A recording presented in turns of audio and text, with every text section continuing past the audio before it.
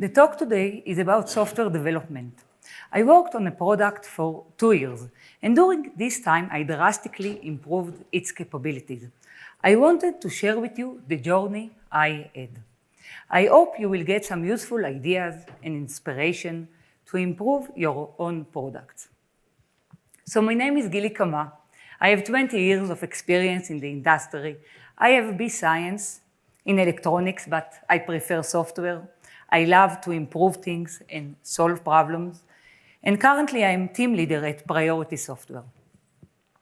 My story begins several years ago. I moved to Denmark with my family and I've started to work in Kamstrup.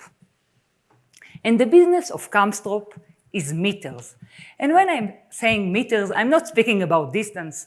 I'm speaking about water, heat, and electricity meters. And specifically, smart metering. Smart metering is a system that uses digital devices to automatically send your utility data to the provider. So this is the system, end to end. In one side, we have the water meters. It's installed in the houses and measure your water consumption. And all the time, it's transmitting in wireless the measurements. So every 16 seconds or 1 minute or 2 minutes, depends on configuration. In the other side, we have the reading manager. The reading manager is the backend. This is the billing system. So they are the one who are responsible in the end of the month to send you the bill. And in the middle, this is the middleman. This is the product I worked on, the reading concentrator.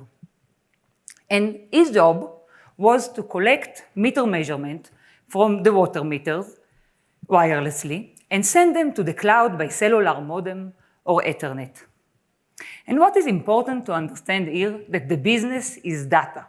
So loss of data means loss of money. And in general, we have two interfaces. One, to the water meters that all the time transmitting data. So we are getting in through UART in the reading concentrator the frames. And the other interface is for the reading manager to our backend.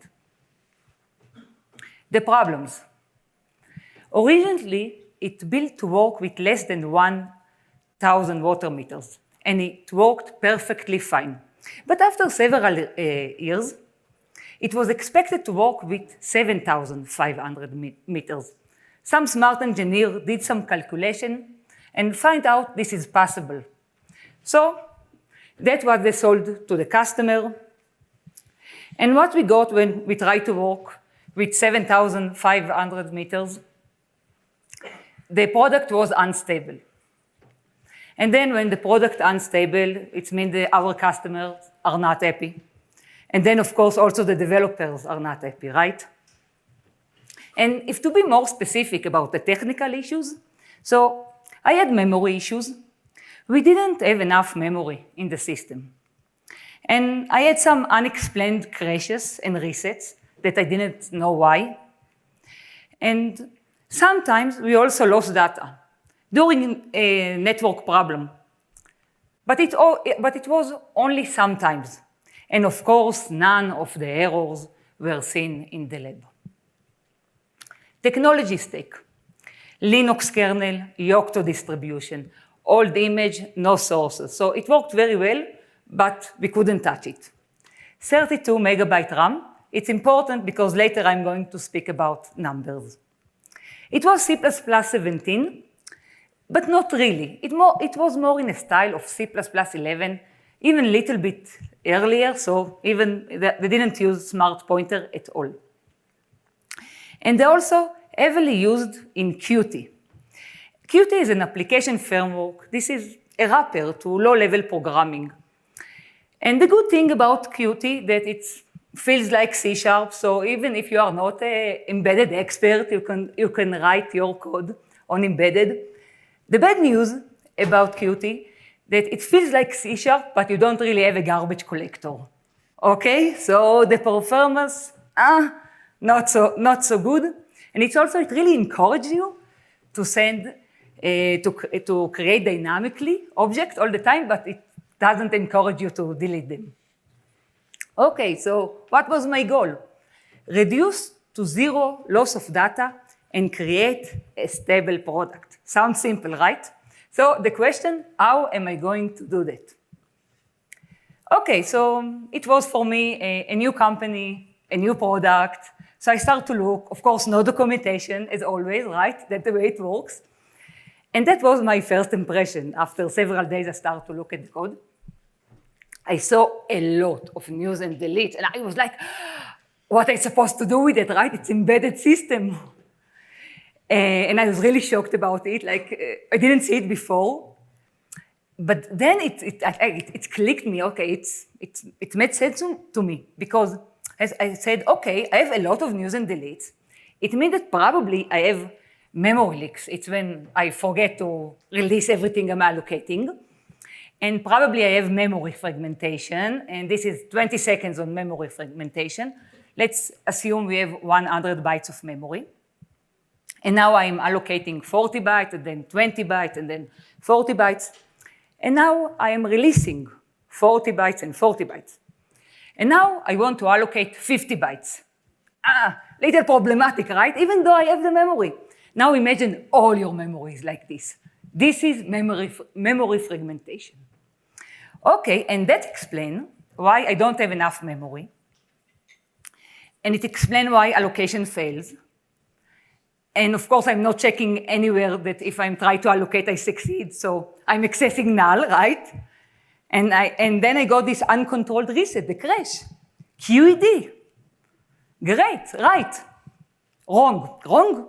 It's not wrong, but it's wrong in this case. So let's go back to this line. So after investigation, I didn't have a lot of memory leaks, so that wasn't my problem. And I also didn't have memory fragmentation. But in this point of time, I was sure this is the problem. So all what I need to do, clean the memory leaks, find the problem of the memory fragmentation, and everything will be fine, right? But anyway, I needed to test my assumptions, right?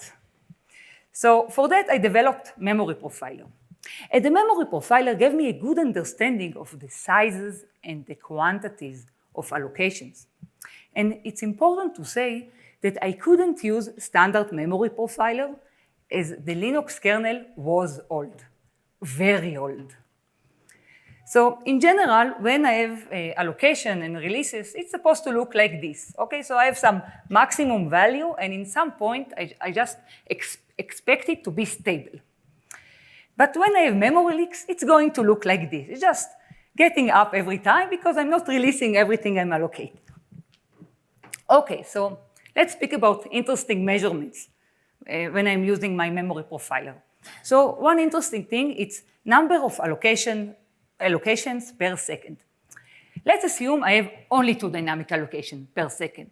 Okay, so I don't like it, but we understand that this is not a problem, right? My system can live with this 2 dynamic allocation per second. Now let's take the other side. Let's assume I have 2,000 allocations per second.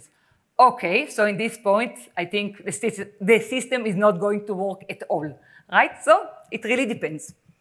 Also interesting, current and maximum number of allocations. Because if I have memory leaks, it's just the maximum, suppose just to get higher and higher and higher all the time. And if everything is good, it's just suppose in some point to be stable and constant. And it's also very interesting to see the gaps, the difference between the current and the maximum, and see how it breathes and how it's changing over time.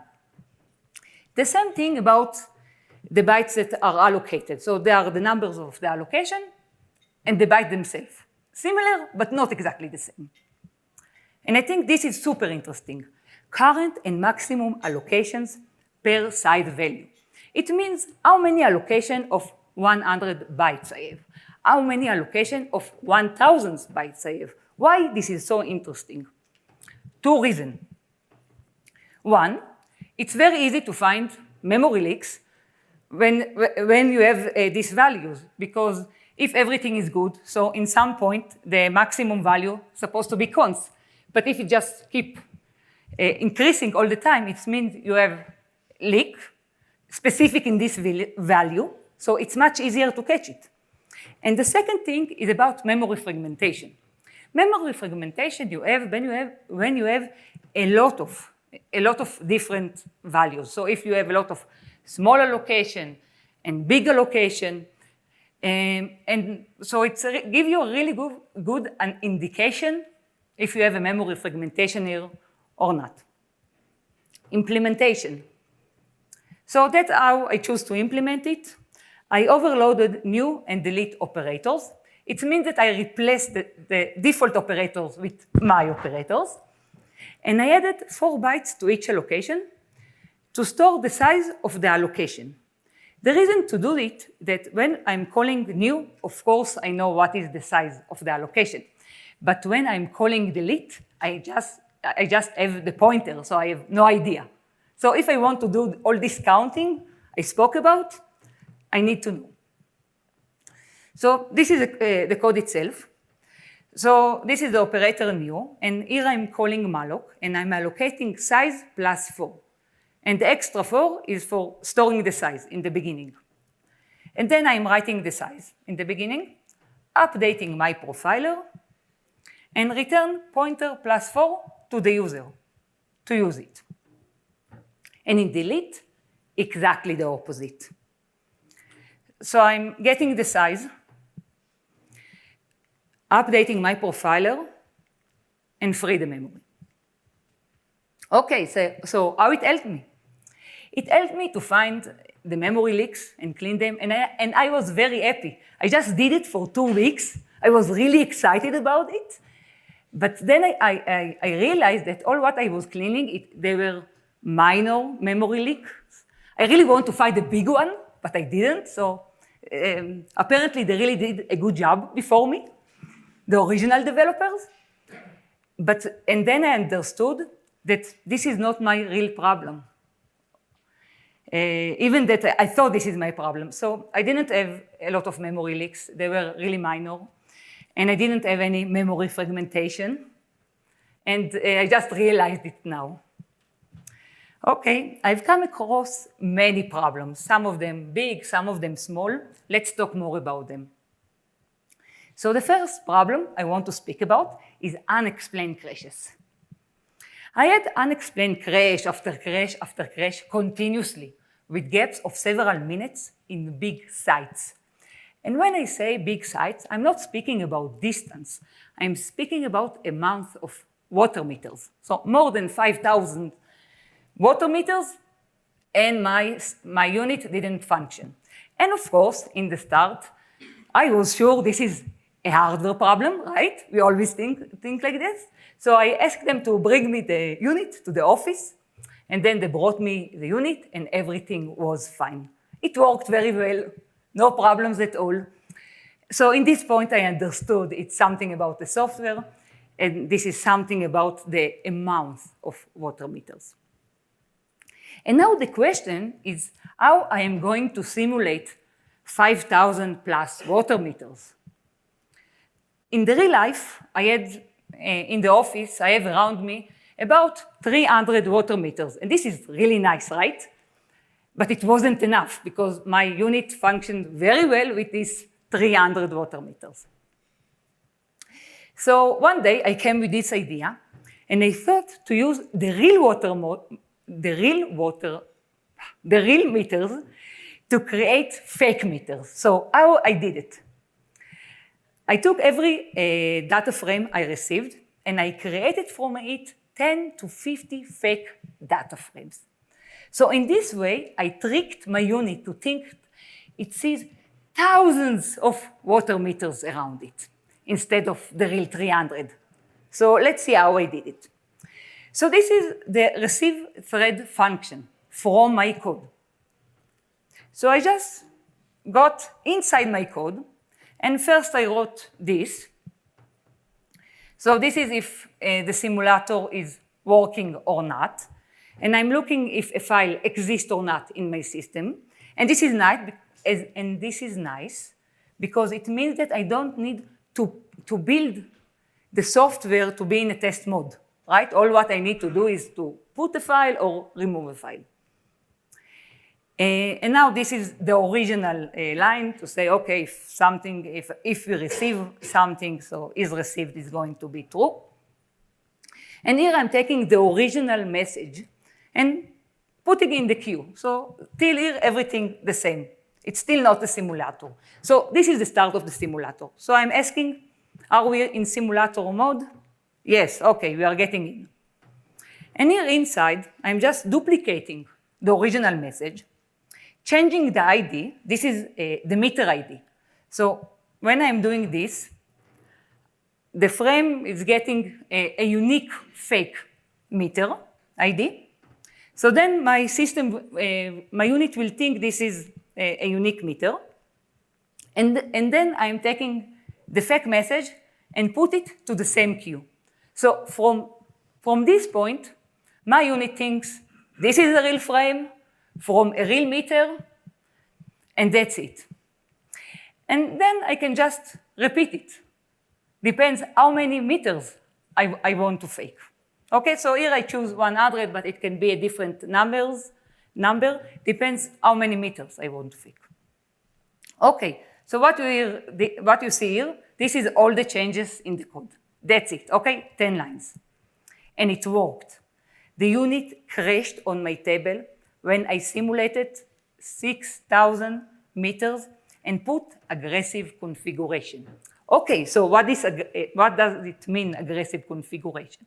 So I had a configuration, and in this configuration, I have numbers to say, so how often I need to send messages to my backend. So I have message A that I needed to send once an hour, and I had message B that I needed to send every 10 minutes, and I had message C that I needed to send every 5 minutes. So instead of this, I changed the number.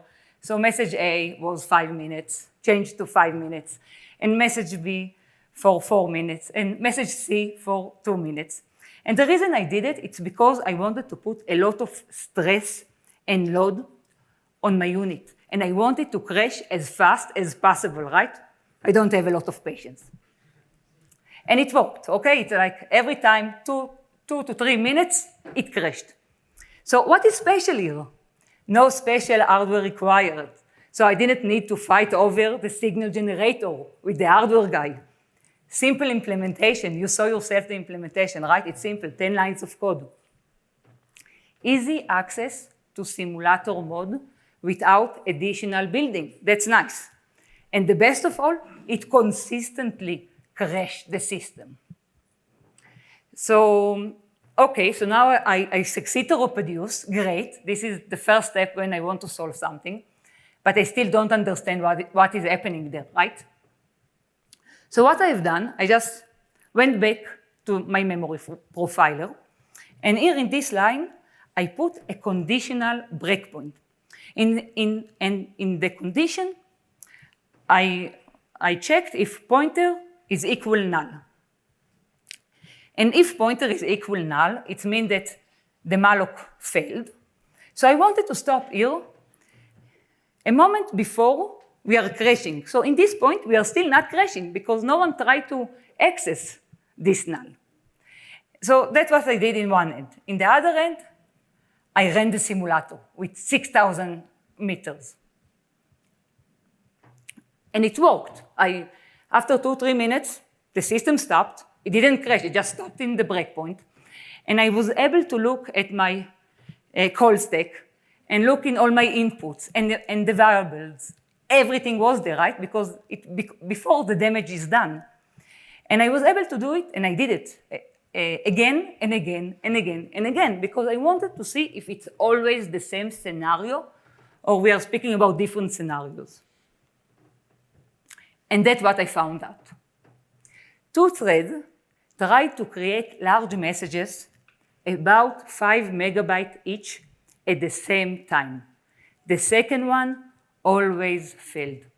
I didn't have enough memory in my system. So I have enough for one allocation. So if it was just 5 megabytes, it was fine. But when I tried to allocate the first 5 megabytes, it was fine. And then I tried to allocate the second 5 megabytes, and I failed there. I didn't have this extra 10 megabytes free. So what is interesting that it wasn't always the same thread that comes first. So sometimes the thread A comes first, sometimes it was thread B, and the first one always succeeded, and second one always failed. Now imagine this issue is on your system. How would you solve it?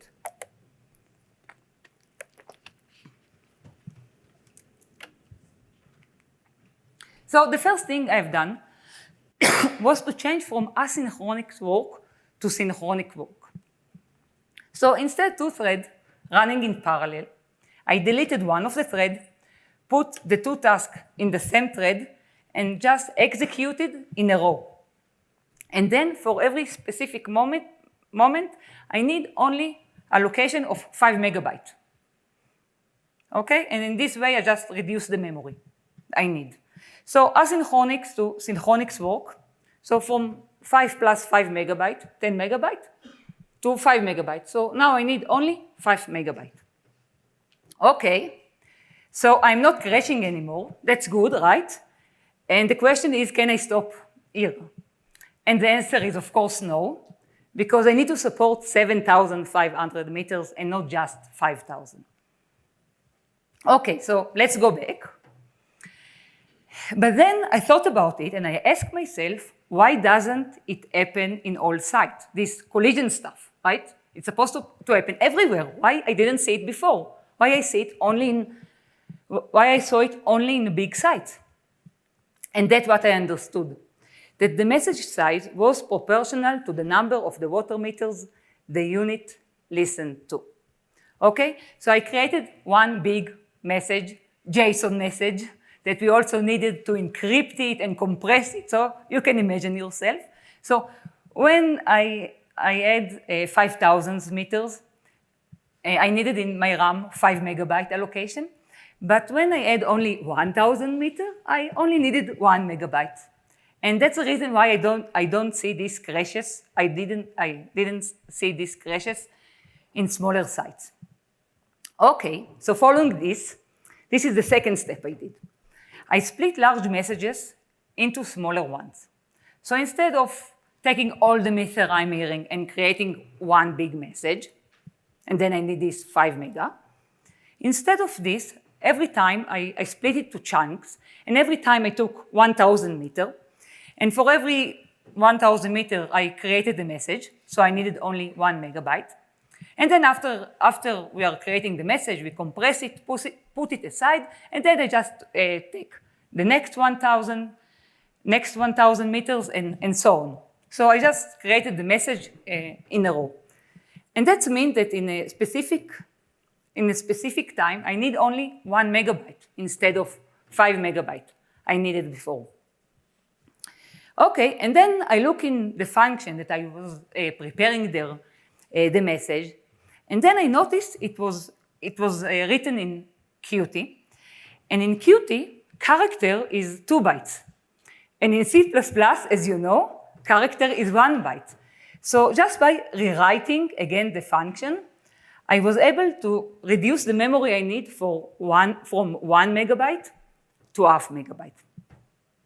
And then I thought to myself, okay, all what I need now is half megabyte, right? Okay, so I don't need to use dynamic allocation for that. I have enough memory for that, and I just created a static array. And then, of course, if I'm not using dynamic allocation, I cannot fail to allocate memory, right? Okay, so in general, that was my main bottleneck of the system. Okay, next problem. Not enough information after the crash. So I had standard application logs in my unit, but I didn't have a remote access. So it didn't really help me. So I knew I have logs over there on a high place, but yeah, no access for this. And I also had an event mechanism. It was a service in the unit that every several minutes took events, selected logs, everything that was interesting for us from the unit, and it took it and sent it to the backend so we could monitor what is happening there. But the problem, it was only implemented on the RAM. So when I got reset, everything just disappeared. And also I had a problem with memory, right? So when I'm crashing because I don't have enough memory, of course I don't have now enough memory to allocate messages and send them out. So in one end, I had the application logs, but I didn't have access to them. In the other end, I had some mechanism to take logs from inside the unit, outside the unit to the backend. And then one day I woke up and I realized I can combine them. So that's what I did. When the unit wakes up, I send the last 100 lines from the application log to the backend using the event service. So I used the tail command. I had Linux, took the last 100 lines, put it to a string short log, and then I took this string and sent it as event reset reason, right? Great name. And it was very nice because I got in the backend the last 100 lines of the log for every reset.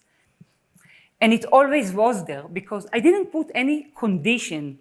I didn't say if it's a unit test or if it's a problematic reset, right? Because there are also valid resets, like when we are doing upgrade. So not all the resets are bad. But I didn't want to put any ifs there because I wanted always to have all this information because we never know what we don't know, right? That's the problem. But it worked very well. And this is a very good example to good enough solution, not perfect. 80% results, 20% effort. Okay, next problem. Occasional data loss during network issues. Data for transmission remains in RAM, awaiting further processing. So what is the problem with it, right? You can ask. In case of unstable communication, it starts to aggregate, and it takes a lot of space. And in some point, we don't have enough memory, and we are crashing, and everything that was in our memory now is lost.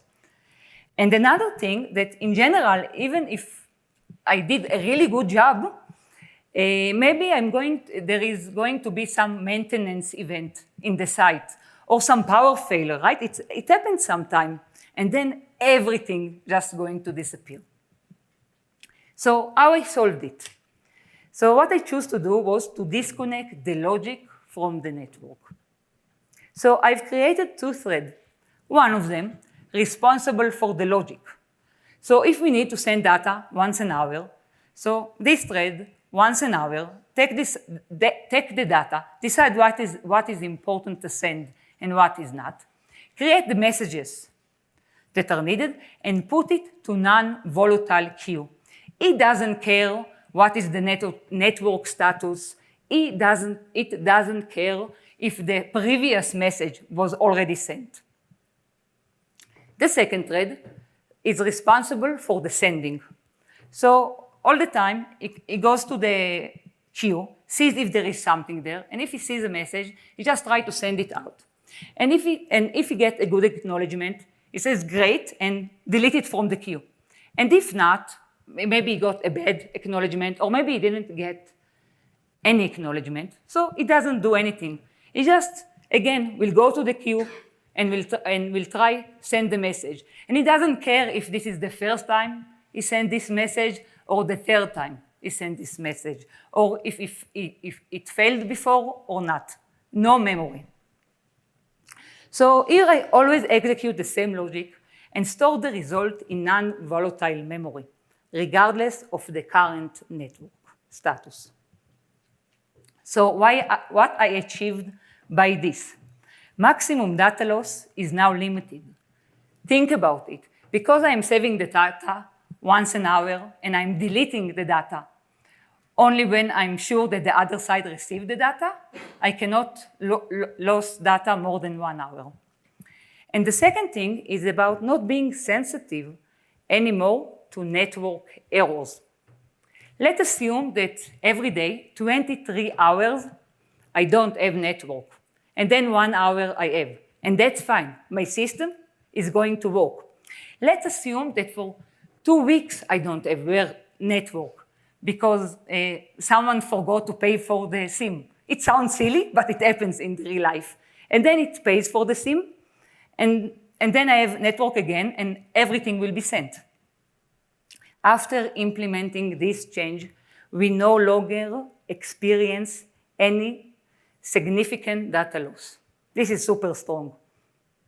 And this is a good example of always using the same scenario to avoid any edge cases. Okay, the last problem is a little bit special. It's more embedded compared to the other ones. So suddenly, no meters are being detected anymore. So this is my system, my unit, and next to me was another unit, RF receiver.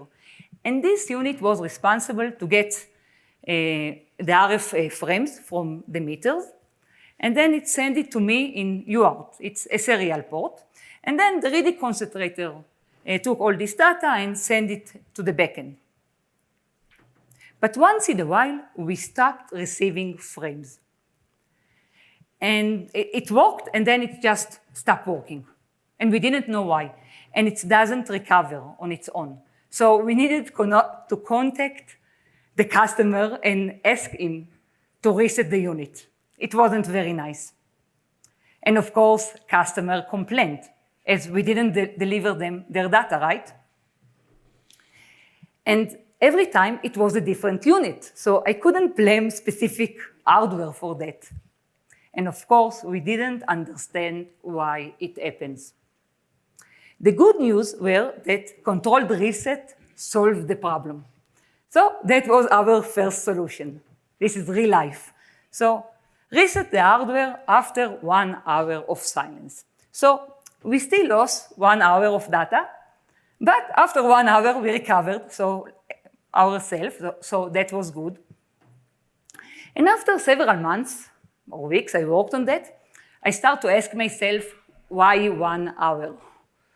And then I found a sweet spot of 4 minutes to say, reset the hardware after 4 minutes of silence. And once we are resetting the hardware, everything is fine again, and now for weeks the system can work and no problems with that. And our customers were very happy because they just needed samples from every hour. So for them, they didn't feel that we are missing 4 minutes of data. I was less happy because I knew I didn't solve it, and I knew I still don't understand what is happening there. I just put a band on it and opt for good, and I don't like it, but again, that's life. But then months later, I was looking in some logs, and it was logs of a unit that had this silence issue, and suddenly I realized the RF receiver reset itself. So the unit that was responsible to get the RF frames from the air got a reset, not me. My unit didn't get any reset. The other unit got a reset. But what happened that the UART that till then worked very fine, and I received this frame 1, frame 2, frame 3, from the moment of the reset, I just stopped receiving frame.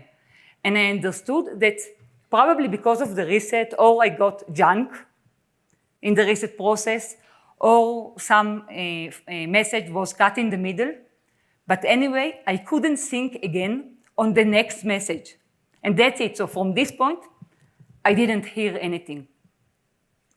So it was a UART driver problem. So once I got it, I provided a real solution. I initialized the UART when I detected silence instead of a controlled reset. So instead of reset all the unit, I reset only the UART. And that's it. And that solves the problem.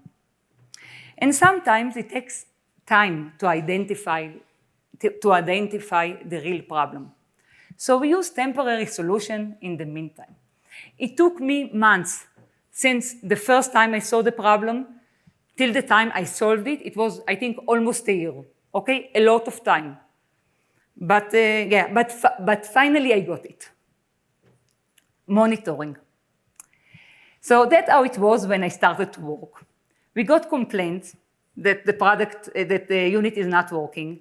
And then we went to look at the event service to see if we are understanding what is happening there. And sometimes we understood, and most of the time we didn't. And it just happened every, several days. And after several weeks, I understood it's not working. And I'm not progressing because I just get complaints, I'm not doing anything, and I just keep getting these complaints, so it's not going to be better. So I understood that I need to switch the order of the things I am doing. So first, I should look at the event service, and maybe when I look there, I will understand and could solve some of the issues, and then maybe I will get less complaints. So how I started? I started reading events for specific units, but it was uncomfortable. I had a website, internal website, with all the events. So in a screen, I can see like 20 or 30 events. That's nice if you are looking for something specific. But I wanted to see an overview of a day, or a week, or a month, and this is not very comfortable. So I complained, right, as a good developer, and two students that sat next to me proposed to write me a script to retrieve the events and save them to a local text file. And then I could play with the data. And I said, okay, great idea, and I did it. And then I understood I need to write a Python script because I got really big text file with a lot of lines, so it didn't really help me. So I wrote a Python script to analyze the text and export it to Excel file.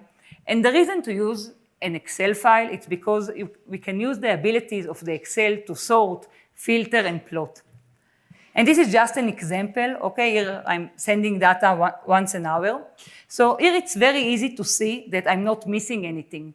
And it's very easy to calculate the gaps between the sending, right? Even if you have a resolution of 1 week. So you can just calculate it for all the week and see if some of the gaps is not 1.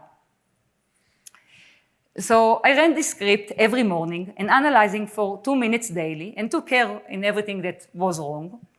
And over time, I added more units and more parameters. And I also automated the script to run at night and receive results by email in the morning to save time. And this is some of the metrics I was looking at. So this is metrics for once a day per unit. So it's a summary. Max memory usage, as I was interested to see if I have memory leaks or not. How many errors? Less time to be seen. Less time to be seen, it's an interesting parameter. It's less time we saw in the backend this unit. And why this is so interesting? Because this is the job of the unit. Take data and send it to the backend. So if it doesn't do that, something is wrong. So in cases I saw that the last time to be seen is more than 24 hours, I was connecting the support guy to connect the customer to tell him something is wrong. And I think 99% of the time it was something with the power or something with the network. How many resets, how many meters were reported, current configuration, and a lot more. And of course, if something didn't look right, so I dived in all the events and tried to figure out what is happening there, but most of the time, everything was fine. So what I've learned from this is how important it is to be proactive. Use the data you already have. Testing. Okay, so after several months, I worked on the product and I improved a lot of things. I was ready to release. So I came to my team and asked them, okay, how did you release before I was here? And they gave me a nice test paper, manual test paper, 100 pages. Yeah, they were really serious guys. And they told me we are 3 developers, we worked on that 6 months. And then I thought to myself, I didn't tell them, I was polite, okay, it was Denmark. It's not going to happen, okay, I'm only one person. and I need to release it tomorrow, and I don't have a lot of patience if you didn't understand it yet. So that's what I did instead. The first thing I did was to rewrite the test paper from manual test to automatic test, and it took me around a week. And then my team leader then gave me a team of students to help me, and together we implemented the automated tested. And I want to speak about two technical decisions I took that I think that they were smart. The first one, I chose to implement it in two pipelines, one for long test and one for short test. Most of my tests were short, and when I say short, I mean several minutes. And some of my tests were long, and when I say long, I mean several hours. I didn't want the long test to block the short test, and that's the reason why we just run them in parallel. The second decision I took, it's about running it 24/7. And this is not because I think that I understand that for the same version, you're supposed to get exactly the same result the second time you run the test as the first time. But the goal for this was to stabilize the tests themselves. I want to stabilize them as fast as possible. And when you are running it 24/7 for the same version, you expect to get always the same result.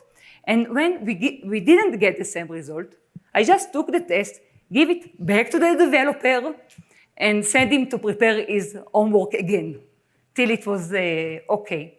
And in the beginning, it was hard for the developers, but in some point, they got it, and it was fine. And then we got a very stable test. So I knew that when I see green, this is a real green, and when I see red, this is a real red.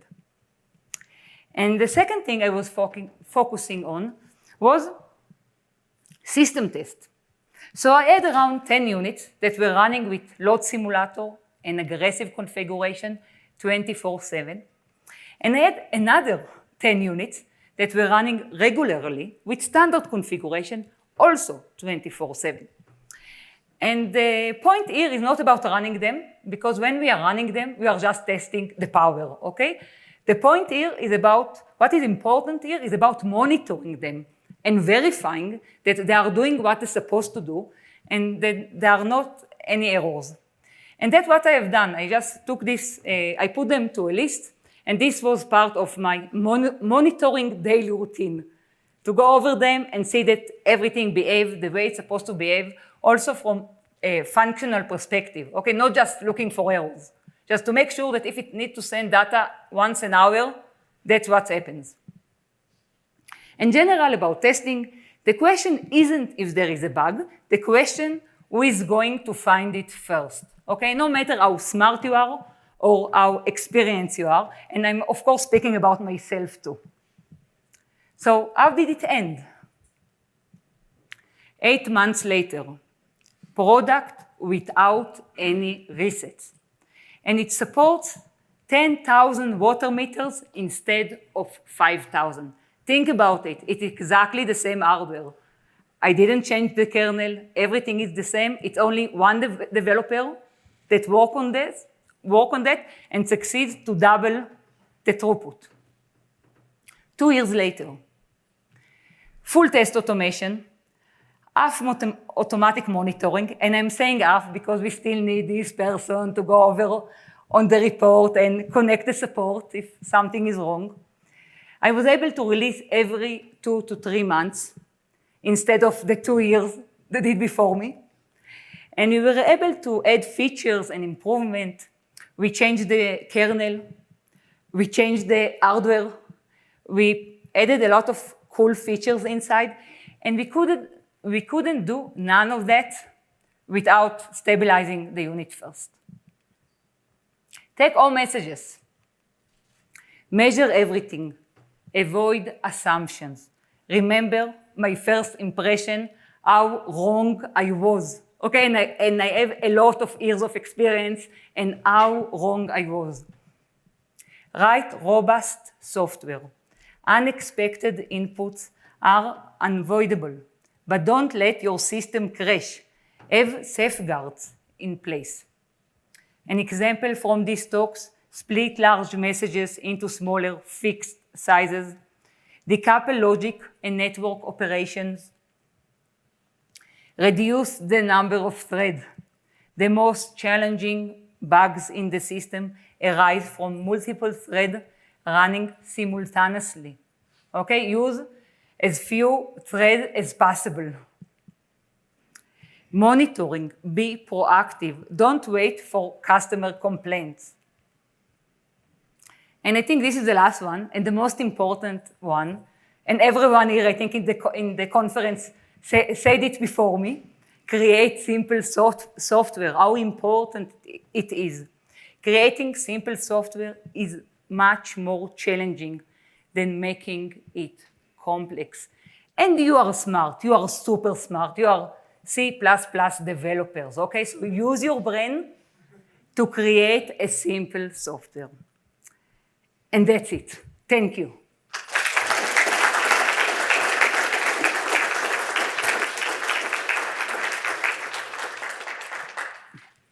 So of course, if you have any questions or something.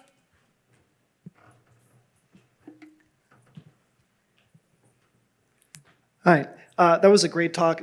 Very satisfying, lots of useful ideas. First question, you said that data loss was money loss, and I was wondering, does this incentivize sort of less than ethical customers to create data loss to save money, like create network problems? Is that something that you struggle with? I was there just a developer, so I don't know. Okay. And then just another quick question. You talked a lot about the importance of groups of like thousands of meters. I wonder, do you internally refer to these in units of kilometers? I'll take my answer off the air. Thanks. Again, can you repeat? You talked about groups of thousands of meters. I wonder, when you have 1,000 meters, do you refer to that as a kilometer? Or... No, I didn't speak. I didn't speak at all about distance. Yeah. Yeah, but if you have 1,000 physical meters, that's a kilometer. Yeah. Apologies. Yeah, no problem. You're right. Yes, anything else? Okay. You're welcome. Thank you. I like engineering approach. It's very nice. I have a question with regard to testing.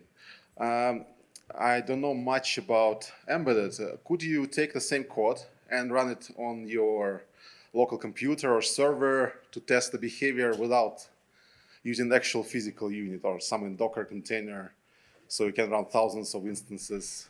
I think it really depends what you are trying to test, okay? So for example, in my load simulator, I didn't test at all the hardware. And it's very common in embedded to test the hardware while you are testing your software. Okay, I tested only my software. The test I have done, I was focusing in end-to-end tests. And again, I had a real hardware. So I wanted to be sure that it's working the way it's supposed to work. And the system test, again, I'm taking the real unit, the real system. I choose not to do unit tests as I didn't have enough time and resource to work on that, not because I think it's not important. I think that, again, in your case, when you don't have embedded, you can just put a lot of load by sending messages through the interfaces, right? So you don't really care if the other side really exists or not. You can just simulate. So because in the end, the load we have is from our interfaces. So you can load the interface as much as you want. I hope you answered your questions.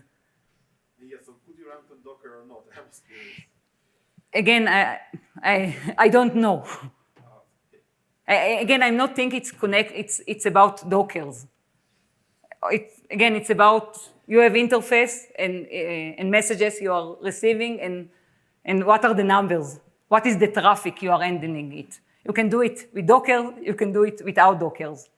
There are other engineering concerns why to use Dockers or not.